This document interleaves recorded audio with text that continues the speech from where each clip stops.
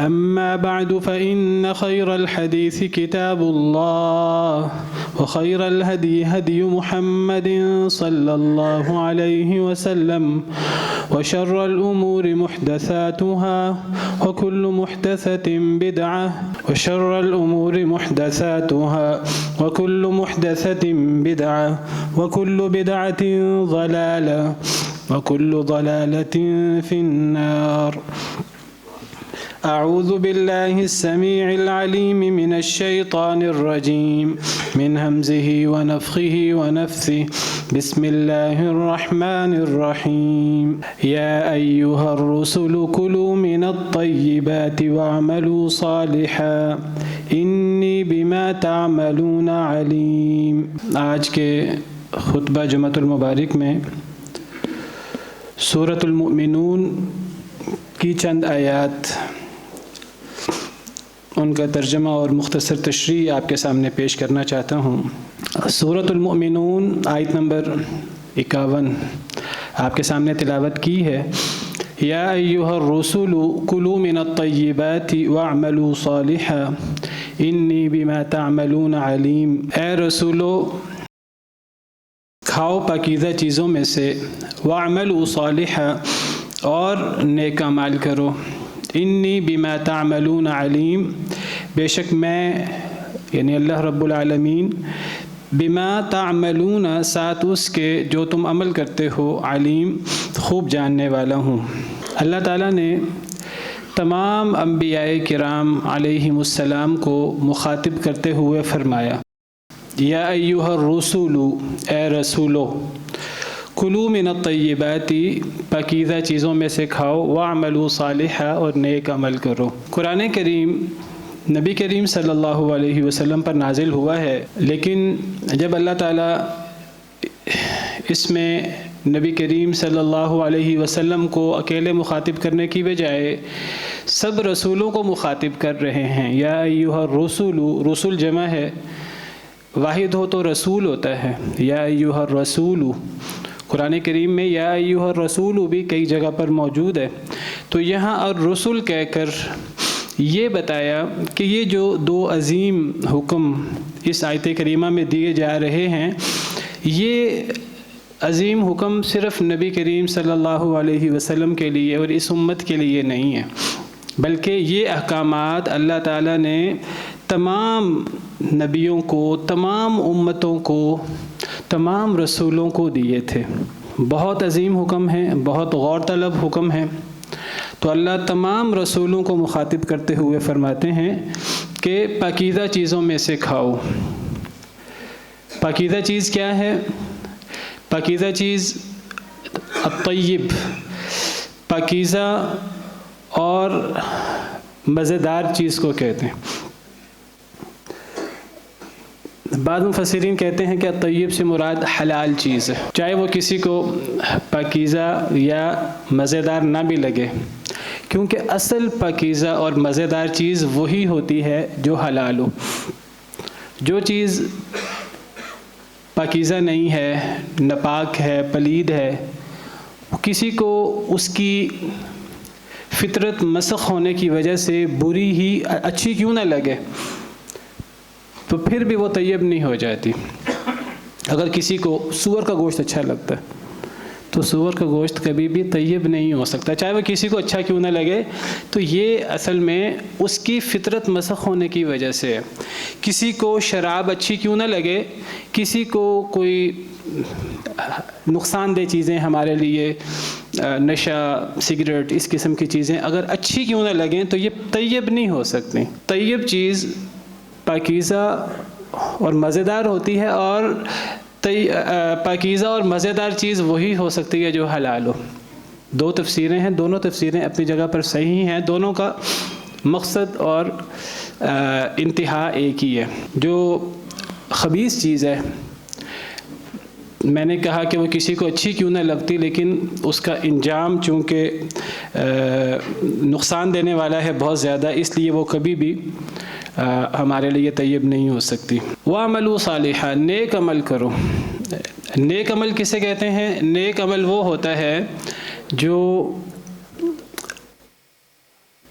قرآن و سنت کے مطابق ہو، اللہ رسول کے حکم کے مطابق ہو۔ اللہ رسول کے حکم کے مطابق، کتاب و سنت کے مطابق جو عمل ہو وہ نیک ہے۔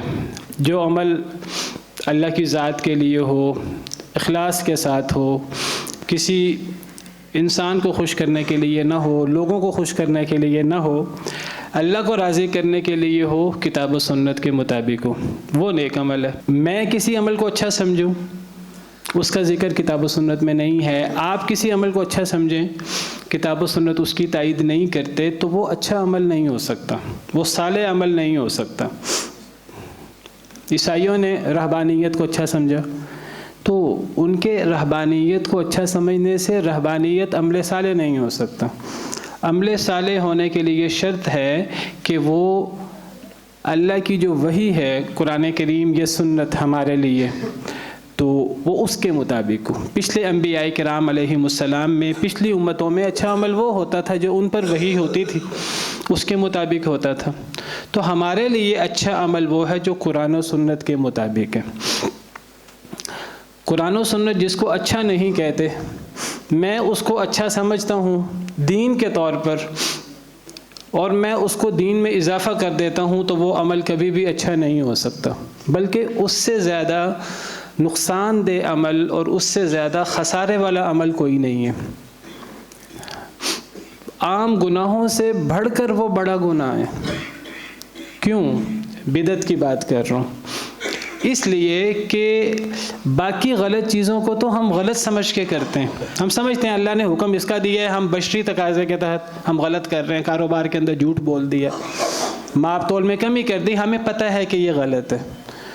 اور انسان کی مختلف کیفیات ہوتی ہیں، مختلف حالتیں ہوتی ہیں، کبھی اللہ سے دور ہوتا ہے، کبھی اللہ سے قریب ہو جاتا ہے، کبھی ٹھوکر لگتی ہے اللہ کی طرف سے، تو انسان کا دل اللہ کی طرف مائل ہوتا ہے، انسان کہتا ہے میں اللہ کو راضی کروں، تو ایسی کیفیات میں انسان گناہ سے بچنے کی کوشش کرتا ہے، جو چیزیں غلط کر رہا ہوتا ہے ان سے بچنے کی کوشش کرتا ہے، لیکن وہ عمل جو اپنی اصل میں اچھا نہیں ہے، کتاب و سنت میں نہیں ہے، اور ہم اس کو اچھا سمجھ کے کر رہے ہیں، ہم نے اس کو دین کے اندر اضافہ کر دیا ہے بدعت کی صورت میں، تو میں اگر اللہ کے قریب بھی ہوں گا، رمضان میں کسی حج عمرہ کر کے اللہ مجھے توفیق دے، میرا دل اللہ کے قریب ہو، میں پھر بھی اس عمل کو نہیں چھوڑوں گا، میں پھر بھی اس عمل سے توبہ نہیں کروں گا، کیونکہ میں اس کو برا سمجھتا ہی نہیں ہوں۔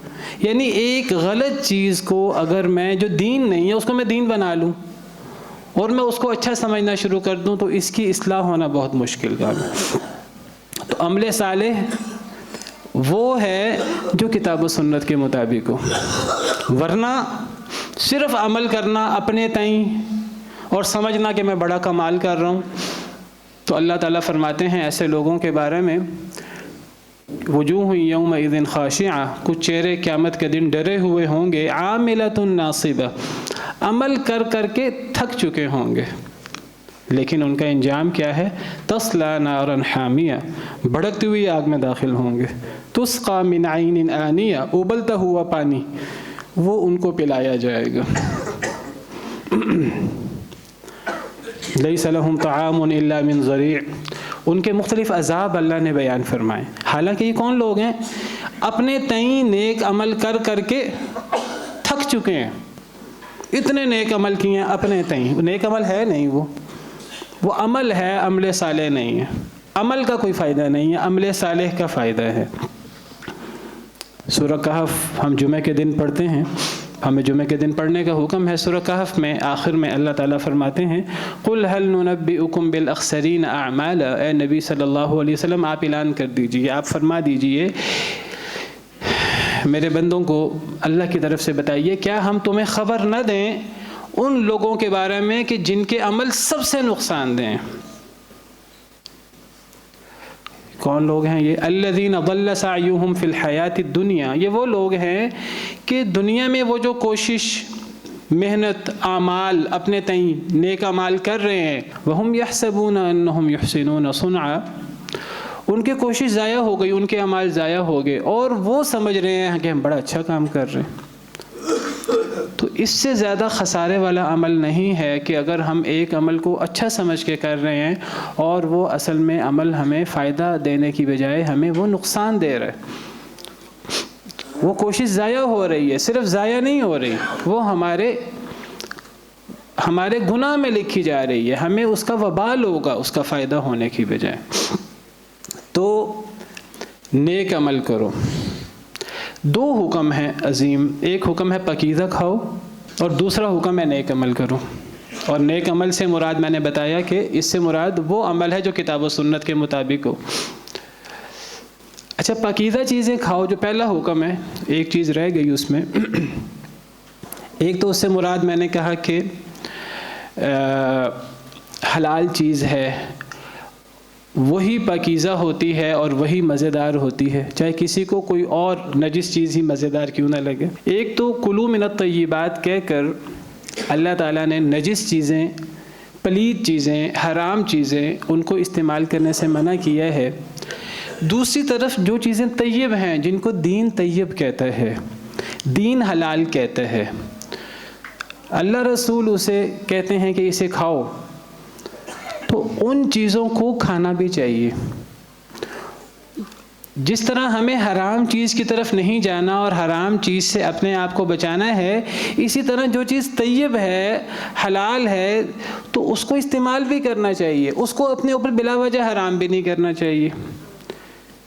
یاد رکھیے کہ جس طرح حرام چیز کو کھانا اللہ کو ناراض کرتا ہے، اس طرح حلال چیز کو اپنے اوپر حرام کر لینا زیادہ نیکی کے نام پر، تقوی کے نام پر، اللہ نے ایک چیز حلال کی ہے اسے اپنے اوپر حرام کر لینا، یہ بھی اتنا ہی بڑا گناہ ہے جتنا بڑا گناہ سور کا گوشت کھانا ہے، جتنا بڑا گناہ شراب پینا ہے، جتنا بڑا گناہ حرام چیزوں کو کھانا ہے، اتنا ہی بڑا گناہ ایک چیز اللہ نے طیب رکھی ہے اس کو اپنے اوپر حرام کر لینا. جی میں تو جو ہے وہ اللہ سے ڈرنے والا ہوں تو میں فلاں چیز کو میں نہیں کھاؤں گا. بھئی اللہ نے جب حلال کی ہے تو آپ کھائیں. ہاں، اللہ نے جس سے منع کیا ہے، اللہ نے اسراف سے منع کیا ہے، ناجائز طریقے سے آپ اسے لیں، اللہ نے اس سے منع کیا ہے. اگر وہ چیز اللہ نے حلال رکھی ہے، طیب رکھی ہے، تو اسے کھانا چاہیے. یہ ایک الگ بات ہے، ایک شخص کا پیٹ بھرا ہو،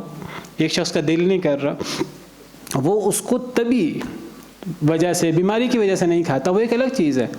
ایک شخص تقویٰ کے نام پر کہ مجھے چیز اچھی تو بہت لگتی ہے لیکن دودھ ہے، میں دودھ پیوں گا تو میں نعمت دنیا میں استعمال کر لوں گا، تو میں دودھ نہیں پیوں گا پوری زندگی، میں پوری زندگی گوشت نہیں کھاؤں گا، میں پوری زندگی رات کو سوؤں گا نہیں. اللہ نے رات کو سونے کو، اللہ نے رات سونے کے لیے بنائی ہے. ہاں، عبادت کرنی چاہیے، رات کا کچھ حصہ سونا بھی چاہیے. ایک بندہ کہے جی میں رات سوؤں گا نہیں. اللہ نے نکاح کو حلال کیا ہے، نکاح کو سنت بنایا ہے، تمام نبیوں کی سنت ہے. ایک شخص کے نکاح کی وجہ سے، شادی کی وجہ سے انسان اللہ سے دور ہو جاتا ہے، دنیا کے مشاغل میں مبتلا ہو جاتا ہے، تو میں نکاح نہیں کروں گا. تو جس طرح زنا حرام ہے، اس نیت سے نکاح نہ کرنا وہ بھی حرام ہو جائے گا. اس نیت سے کہ میں نکاح کروں گا تو بلا وجہ انسان کہ شاید تقوی کی معراج یہ ہے کہ میں نکاح نہ کروں. اگر یہ تقوی کی معراج ہوتی تو نبی اور ولی کبھی نکاح نہ کرتے. سیدنا ابن عباس رضی اللہ تعالیٰ عنہ فرماتے ہیں کہ اے لوگوں، شادی کرو، زیادہ سے زیادہ شادی کرو. تم اس کائنات کے افضل ترین شخص کی زیادہ بیویاں تھیں. تو یہ سمجھنا کہ یہ دنیا کے مشاغل ہیں، میں نے اپنے آپ کو ان میں نہیں لگانا، تو یہ بھی کلوا من الطیبات کے منافی ہے. جس طرح کلوا من الطیبات، ویسے یہاں کھانے کی بات ہو رہی ہے، مثال ساتھ نکاح کی بھی میں نے دے دی. تو جس طرح حرام اور پلید چیز کو نہیں کھانا یہ مراد ہے کلوا من الطیبات سے، اسی طرح یہ بھی مراد ہے جو چیز اللہ نے حلال کی ہے، اللہ نے طیب رکھی ہے، میں اس کو نیکی کے نام پر اپنے اوپر حرام کر لوں، یہ بھی اتنا ہی بڑا گناہ ہے. یہ 2 عمل بہت بڑے عمل ہیں.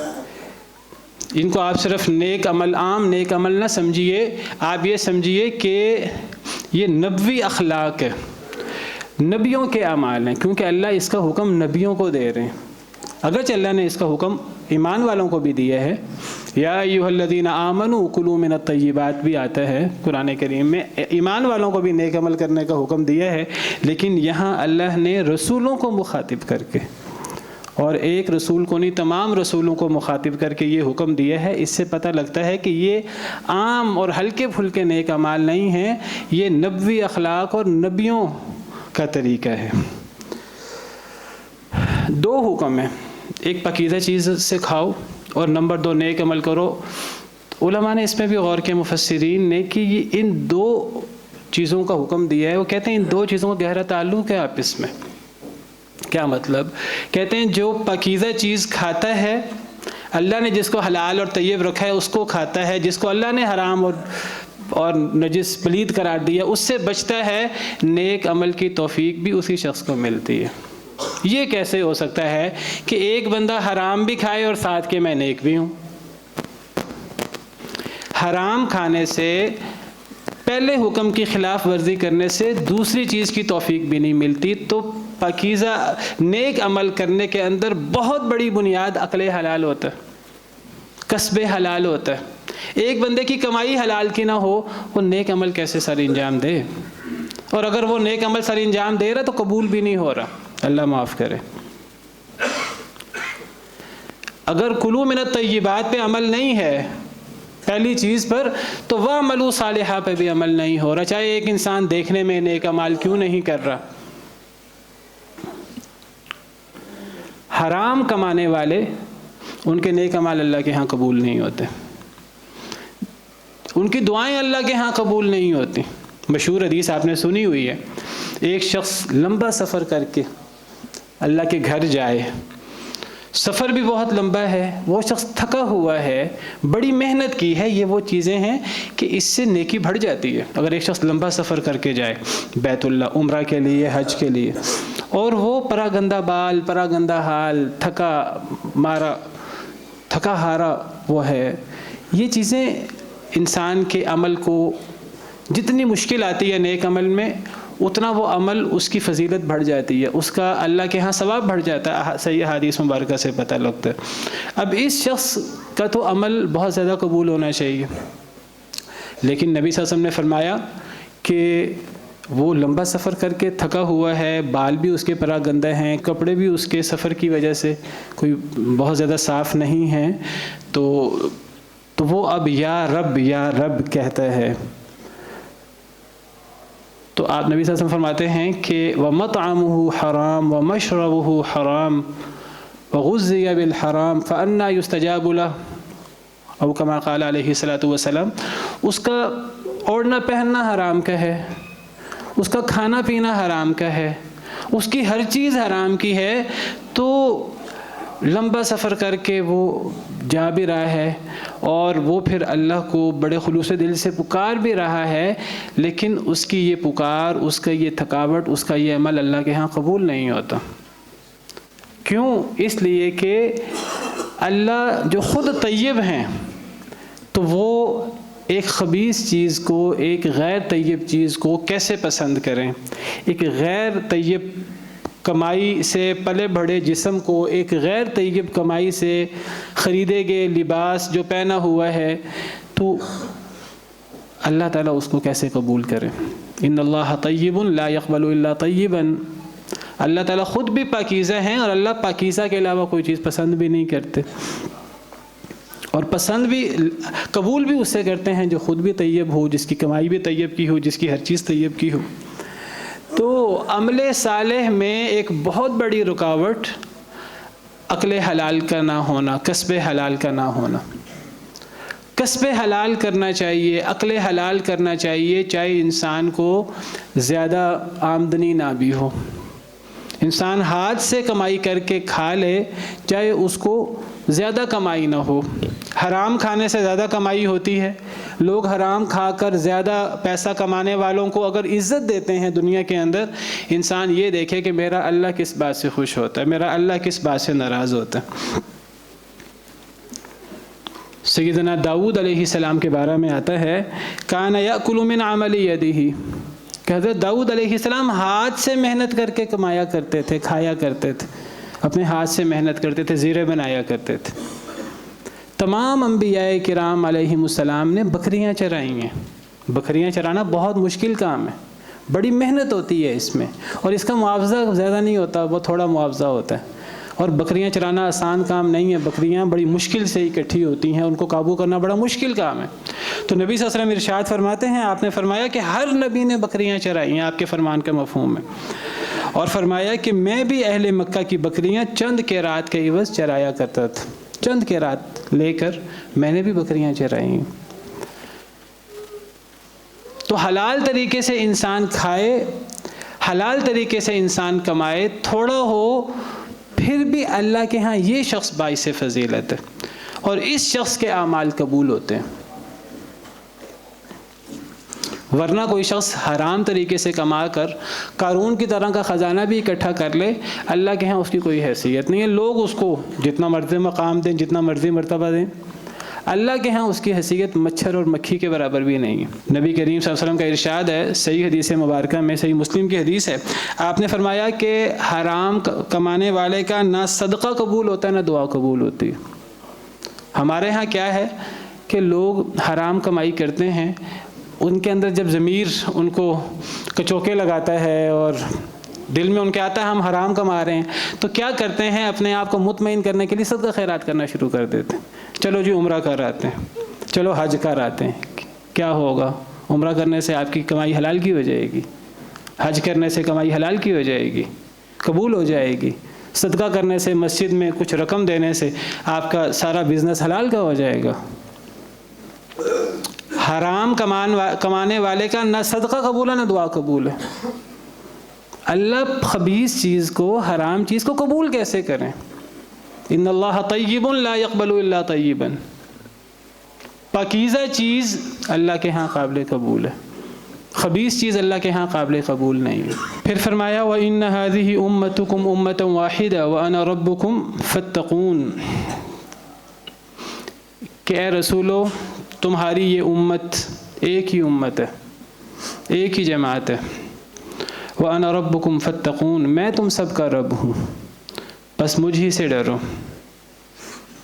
تمام نبیوں کا دین، دین اسلام، تمام نبیوں کی امت، اس کو جو اللہ کی طرف سے احکامات ملے ہیں وہ ایک جیسے احکامات ملے ہیں، کوئی بہت زیادہ فرق نہیں ہے نبیوں کی تعلیمات میں، کیونکہ سرچشمہ ایک ہی ہے، کیونکہ ساری تعلیمات اللہ کی طرف سے ہیں۔ ہاں بعض علاقوں کے مطابق، بعض زمانوں کے مطابق، بعض لوگوں کے مطابق تھوڑی تھوڑی تبدیلی ہو جاتی ہے۔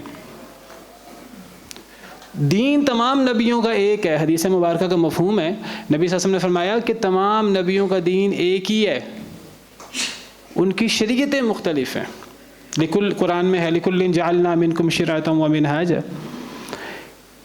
کہ اللہ نے تم میں سے ہر ایک کے لیے شریعتیں، منہاج تو الگ الگ بنائے ہیں، شریعتوں میں فرق ہے، لیکن تمام نبیوں کا دین ایک ہی ہے۔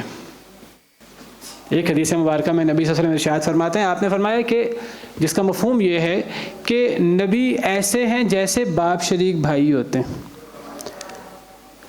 باپ شریک بھائی، دیکھیں نسب میں انسان کی نسبت ماں اور باپ کے ساتھ ہوتی ہے، ماں اور باپ سے انسان پیدا ہوتا ہے، اور نسب میں اصل حیثیت باپ کی ہوتی ہے، باپ کی طرف نسبت ہوتی ہے۔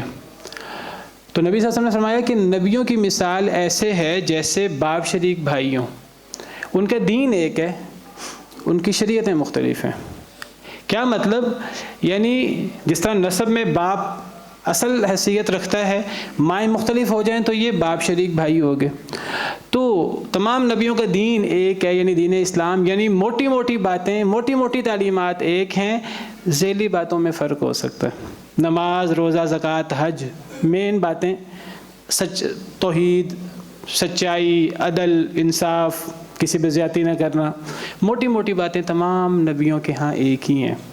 ذیلی طور پر نمازیں کتنی پڑھنی ہیں، زکوٰۃ کا نصاب کتنا ہے، روزے کب رکھنے ہیں، ان چیزوں میں فرق ہو سکتا ہے، لیکن موٹی موٹی باتیں ایک ہی ہیں۔ تو تم سب کی امت ایک ہی امت ہے اصل میں، اور میں تم سب کا رب ہوں، مجھ ہی سے ڈرو۔ کیا مطلب؟ مراد ہے کہ تمام نبیوں اور تمام نبیوں کی امت کے لیے بنیادی طور پر مطالبہ ایک ہی تھا۔ وہ کیا مطالبہ تھا؟ اللہ رسول کی بات ماننی ہے۔ اللہ کی بات ماننی ہے، رسول کی بات بھی اس لیے کہ رسول اللہ کی بات بتاتے ہیں۔ تم سب کا رب میں ہوں، مجھ سے ڈرو، میری بات مانو، اللہ کی بات چلنی چاہیے بس۔ تمام نبیوں نے لوگوں کو اللہ سے جوڑا ہے۔ تمام نبیوں کی دعوت کا خلاصہ توحید، شرک کا رد، اللہ کی بات ماننی ہے، اللہ کے دین پر عمل کرنا ہے۔ فَتَقَطَّعُوا أَمْرَهُمْ بَيْنَهُمْ زُبُرًا، لیکن ہوا کیا؟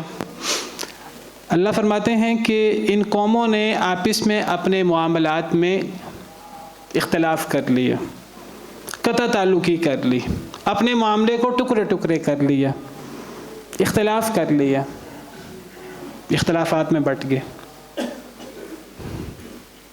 اختلاف میں بٹنے سے کیا مراد ہے؟ یعنی تمام نبیوں سے اور ان کے ذریعے سے تمام قوموں سے مطالبہ کیا تھا؟ توحید، اللہ کی بات ماننا، اللہ ہمارے رب ہیں، اللہ کا حکم مانا جائے، اللہ کے احکامات پہ عمل کیا جائے، جس سے اللہ نے روکا اسے روکا جائے۔ یہ اصل الاصول ہے، یہ اصل دین ہے۔ تمام نبیوں نے اسی کی دعوت دی۔ اب ایک ہے کہ اللہ کے احکامات کے فہم میں کوئی اختلاف ہو جائے، یہ کوئی بڑی چیز نہیں ہے، یہ کوئی بڑی چیز نہیں ہے، فہم میں اختلاف ہو سکتا ہے۔ لیکن اب کچھ لوگ وہ دنیاوی مفادات کی وجہ سے اللہ کے احکامات پر عمل کرنا چھوڑ دیں، نبیوں کے احکامات پر عمل کرنا چھوڑ دیں اور الگ الگ فرقوں میں بٹ جائیں، تو یہ ہے کہ دین کو ٹکڑے ٹکڑے کر دینا، یہ ہے تفرقہ بازی کا شکار ہو جانا، اپنے دنیاوی تعصبات، دنیاوی مفادات کے پیچھے لگ کر قرآن و سنت کی نصوص کی تعویل کر کے ان سے جان چھڑانے کی کوشش کرنا۔ تو لوگوں نے یہ کام کیا ہے، ورنہ تمام لوگوں سے ایک ہی چیز کا مطالبہ تھا۔ فَتَقَطَّعُوا أَمْرَهُمْ بَيْنَهُمْ زُبُرًا، انہوں نے اپنے معاملے کو آپس میں ٹکڑے ٹکڑے کر دیا، گروہوں میں بٹ گئے۔ كُلُّ حِزْبٍ بِمَا لَدَيْهِمْ فَرِحُونَ، اب ہر گروہ کے پاس جو ہے وہ اسی کو چاٹ رہا ہے، وہ سمجھ رہا ہے میں ٹھیک ہوں، میں ٹھیک ہوں، میں صحیح کر رہا ہوں، میں صحیح کر رہا ہوں۔ بھئی جو اصل الاصول سے، اصل دین سے، جماعت سے، کتاب و سنت سے ہٹ گیا ہے، وہ اب اس کے پاس جو غلط سلط چیز ہے وہ اس پہ مطمئن بیٹھا ہے۔ کیوں مطمئن بیٹھا ہے؟ اس کو مطمئن نہیں ہونا چاہیے، لیکن ہر بندہ جو کچھ اس کے پاس الٹا سیدھا ہے وہ مطمئن ہے، اس کو غور کرنے کی ضرورت ہی نہیں ہے، وہ غور ہی نہیں کر رہا۔ بدعات، خرافات کو دین میں شامل کیا ہوا ہے اور اس کو سینے سے لگایا ہوا ہے۔ دلائل ہیں نہیں ہیں، ہم صحیح کر رہے ہیں، ہمارے بزرگوں نے کہا ہے، ہمارے فرقے میں ایسے ہی ہے، ہمارے مذہب میں ایسے ہی ہے۔ ابھی ہمارا مذہب کیا ہوتا ہے؟ کیا کسی کا مذہب اللہ رسول کی اطاعت سے ہٹ کر بھی ہو سکتا ہے؟ ہاں، اگر کتاب و سنت کے فہم کا اختلاف ہو تو ایک الگ چیز ہے۔ اگر ایک بڑی شخصیت، ایک بڑے امام تک ایک بات پہنچی نہیں، ہو سکتا ہے کہ بڑے سے بڑے امام تک کوئی بات نہ پہنچی ہو، بڑے سے بڑے صحابی تک کوئی بات نہ پہنچی ہو۔ یہ بھی ہو سکتا ہے کہ بڑے سے بڑے صحابی نے، بڑے سے بڑے امام نے، فقیہ نے قرآن کی آیت سنی ہو لیکن وہ آیت اس وقت اس کے ذہن میں نہ ہو۔ سیدنا عمر رضی اللہ تعالیٰ عنہ سے بڑھ کر فقیہ، دین پر عمل کرنے والا کون ہوگا؟ نبی کریم صلی اللہ علیہ وسلم اللہ کے پاس چلے گئے، حضرت عمر کہہ رہے ہیں کہ نہیں نہیں، جو کہے گا نبی صلی اللہ علیہ وسلم فوت ہو گئے، اللہ کے پاس چلے گئے، میں اسے گردن اڑا دوں گا۔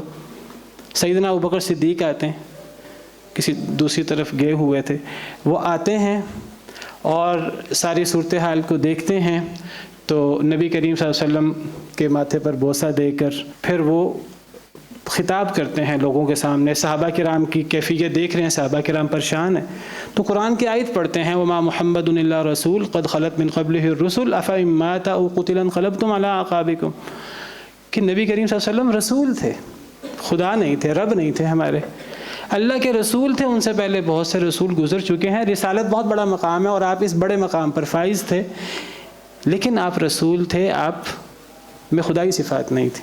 أَفَإِن مَاتَ أَوْ قُتِلَ، اگر آپ فوت ہو جائیں یا آپ شہید کر دیے جائیں، انقلبتم علی اعقابکم، کیا تم اپنی ایڑیوں پر پلٹ جاؤ گے؟ کیا تم دین کو چھوڑ دو گے؟ سیدنا عمر کہتے ہیں، سیدنا عمر نے جب یہ آیات سنی کہتے ہیں میں اپنے قدموں پر کھڑا نہیں رہ سکا، میں بیٹھ گیا. میں نے یہ سمجھا یہ آیات تو آج ہی اتری ہیں، حالانکہ یہ آیات سیدنا عمر رضی اللہ تعالیٰ عنہ نے پہلے کتنی دفعہ سن رکھی تھیں، پڑھی تھیں، سنی تھیں، لیکن اس انداز سے ان کا مفہوم ذہن میں نہیں تھا. تو کسی کے ذہن میں قرآن کریم کی آیت، نبی صلی اللہ علیہ وسلم کی حدیث مبارکہ کا کوئی ایسا مفہوم جو دوسرے کے ذہن میں نہ آئے، ہو سکتا ہے فہم ایک کو سمجھ آ جائے دوسرے کو سمجھ نہ آئے. یہ بھی ہو سکتا ہے کسی تک کوئی آیت کوئی حدیث پہنچی یا نہیں پہنچی، اختلاف ہو سکتا ہے. تو یہ کہنا چونکہ میرے امام نے یہ کہہ دیا ہے، میرے مذہب میں یہ ہے، میرے فرقے میں یہ ہے، تو میں تو اس پر عمل کروں گا. بھئی آپ کا فرقہ، آپ کا مذہب دین اسلام سے کوئی الگ چیز ہے. دین اسلام قرآن اور سنت کا نام ہے. قرآن اور سنت کا اگر نہیں پتہ تھا کسی کو، اگر دوسرے کو پتہ لگ گیا تو دوسرے کی بات مان لیں، وہ دوسرے کی ذاتی بات تو ہے نہیں. کوئی اپنے گھر سے تو اپنا موقف نہیں لایا، جس کی بات کتاب و سنت کے مطابق ہے اس کو مان لیں. ایک ہی امت ہے سیدنا آدم علیہ السلام سے لے کر قیامت تک جو اللہ کا ہم سے تقاضا ہے، اللہ رسول کی بات ماننے والے، اللہ کو اپنا رب ماننے والے، صرف اللہ سے ڈرنے والے. یہ کیا ہوا کہ جی میں فلاں ہوں، میں فلاں ہوں، میں حنفی، میں مالکی، میں شافی، میں سہروردی، میں قادری. اگر تو یہ کوئی الگ الگ ادیان ہیں، اگر ان کے اصل الاصول قرآن و سنت کے علاوہ ہیں، تو اس سے بڑھ کر گمراہی کیا ہو سکتی ہے؟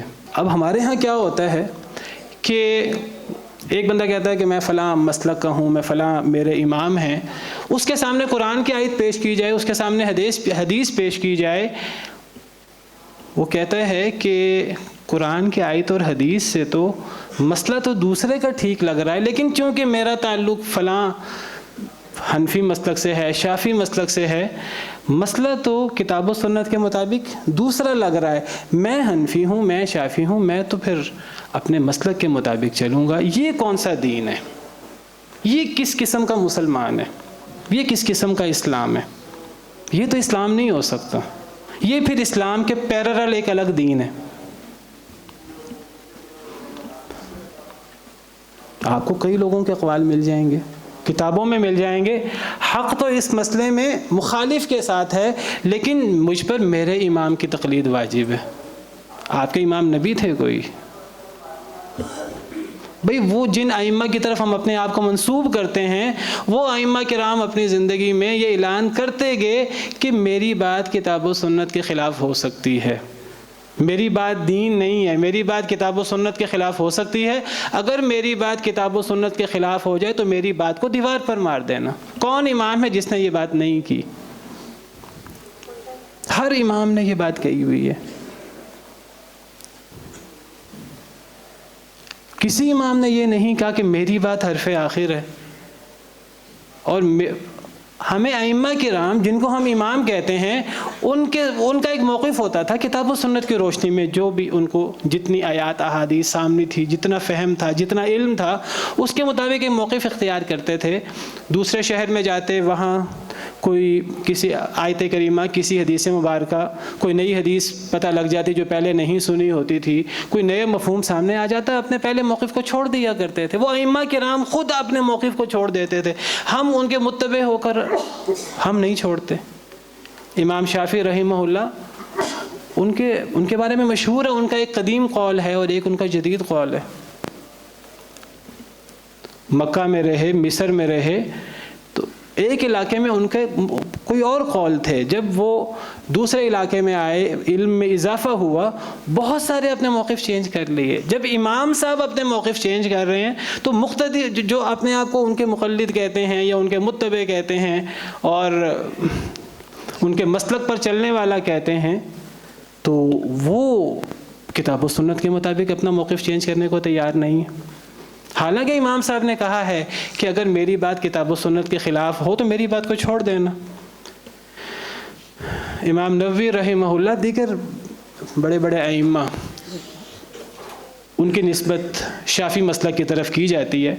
وہ کئی جگہوں پر امام شافی کے موقف سے اختلاف کرتے ہیں. کوئی ان سے پوچھتا ہے کہ آپ شافی ہو کر آپ امام شافعی کے موقف سے اختلاف کر رہے ہیں. انہوں نے کہا کہ میں تو یعنی شافعی مسلک کے لوگ ان سے کہتے کہ آپ تو شافعی مسلک سے نکل گئے ہیں، آپ اپنے آپ کو شافعی کہلواتے ہیں، امام شافعی کی طرف نسبت کرتے ہیں اور آپ شافعی مسلک سے نکل گئے ہیں. تو امام نووی کہتے ہیں میں تو تم سے بڑا شافعی ہوں، تم امام شافعی کے صحیح مسلک پر نہیں ہو. امام شافعی نے فرمایا اگر میری بات کسی مسئلے میں کتاب و سنت سے ٹکرا جائے تو میری بات کو چھوڑ دینا. اس مسئلے میں کتاب و سنت دوسرے موقف کی حمایت کر رہا ہے، میں امام شافعی کے قول پر عمل کرتے ہوئے میں ان کی بات کو چھوڑ کر کتاب و سنت پر عمل کر رہا ہوں.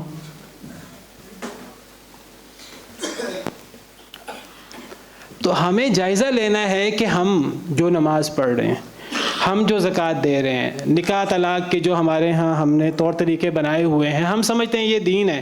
عقیدے کے بارے میں ہم نے جو عقیدہ اپنایا ہوا ہے، تو کیا ہماری باتیں کتاب و سنت کے مطابق ہیں کہ نہیں؟ ہمارے مسلک میں جو کچھ ہے کتاب و سنت کے مطابق ہے کہ نہیں؟ اگر نہیں ہے تو چھوڑ دیجئے، کتاب و سنت کو اپنا لیجئے. اگر جو کچھ ہمارے پاس ہے ہم مطمئن ہیں، ہمیں غور کرنے کی ضرورت ہی نہیں ہے کہ ہم صحیح ہے کہ ہم غلط ہیں، تو اللہ ان کے بارے میں فرماتے ہیں کہ لوگ گروہوں میں بٹ گئے. کل حزب بما لدیہم فرحون، ہر گروہ کے پاس جو ہے وہ اس پر خوش ہے. عام لوگوں کی یہی حالت ہے. اگر ہم نے بھی عام لوگوں میں شامل ہونا ہے تو ہم ہو جائیں. دلیل ہے نہیں ہے، بس چونکہ ہمارا تعلق فلاں گروہ سے ہے، فلاں مذہب سے ہے، ہم مطمئن ہیں، تو اللہ کا ہم سے یہ تقاضا نہیں ہے. بہرحال دین اسلام کا تقاضا یہ نہیں ہے. ایسے لوگوں کے بارے میں اللہ تعالیٰ فرماتے ہیں ان الذین فرقوا دینہم وکانوا شیعا لست منہم فی شیء. اے نبی صلی اللہ علیہ وسلم، جو لوگ گروہوں میں بٹ گئے، گروہ بن گئے، اپنے دین کو تفرقے میں ڈال دیا، لست منہم فی شیء، اے نبی صلی اللہ علیہ وسلم آپ کا ایسے لوگوں سے کوئی تعلق نہیں ہے. یہ لوگ پھر اپنی نسبت نبی کی طرف نہ کریں، نبی سے ان کا کوئی تعلق نہیں ہے جب انہوں نے قرآن و سنت کو نہیں ماننا. تو اگر ان کے نزدیک بنیاد کتاب و سنت نہیں ہے، اپنے اپنے مسلک ہیں، اپنے اپنے تعصب ہیں، اپنے اپنے مدرسے ہیں، اپنی اپنی سوچ ہے، اپنے اپنے رسم و رواج ہیں، تو پھر ٹھیک ہے. ایک آیت کریمہ میں تو اللہ نے اسے شرک قرار دیے ہیں. منیبین الیہ واتقوہ واقیموا الصلاة ولا تکونوا من المشرکین من الذین فرقوا دینہم وکانوا شیعا. مشرکین میں سے نہ ہو جاؤ، ان لوگوں میں سے جنہوں نے اپنے دین کو تفرقے میں ڈال دیا، گروہوں میں بٹ گئے.